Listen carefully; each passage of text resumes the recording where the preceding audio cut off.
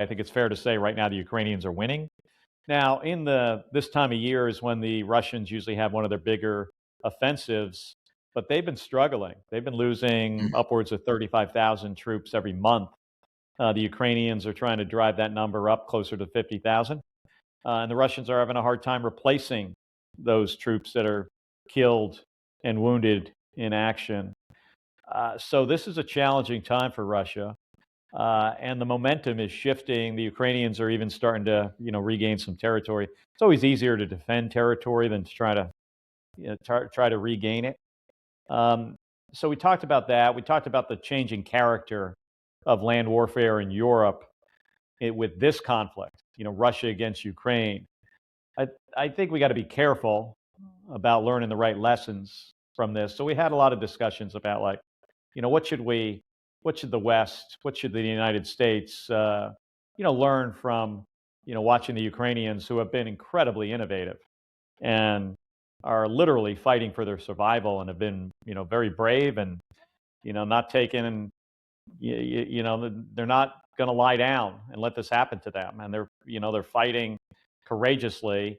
And I think we've got a lot to learn from them, but we got to make sure we get the right lessons and don't go down a path that's not in our best interest for the future.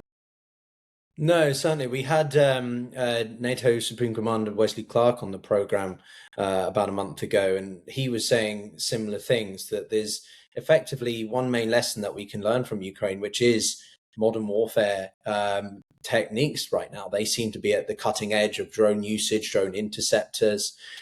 Just look at how Zelensky's trying to, I think, play quite an effective diplomatic game in the Middle East with providing advisement to different Gulf states. But one of the things I'm quite curious is, when you're there on the ground, especially as someone in your professional position, what is it that you get a sense of in the way that we just can't when we're in the capital, when we're in Capitol Hill, when we're in Whitehall, here in London, equivalent?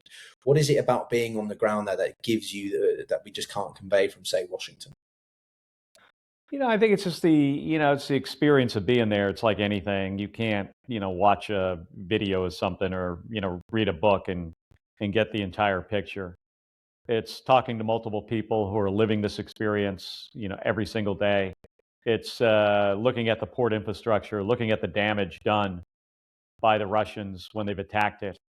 You get a sense for what are they able to do? What's the difference between hitting something with a Shahed and, as I know after, years in the United States Navy, hitting something with a 2,000-pound bomb, which, by the way, they can't do.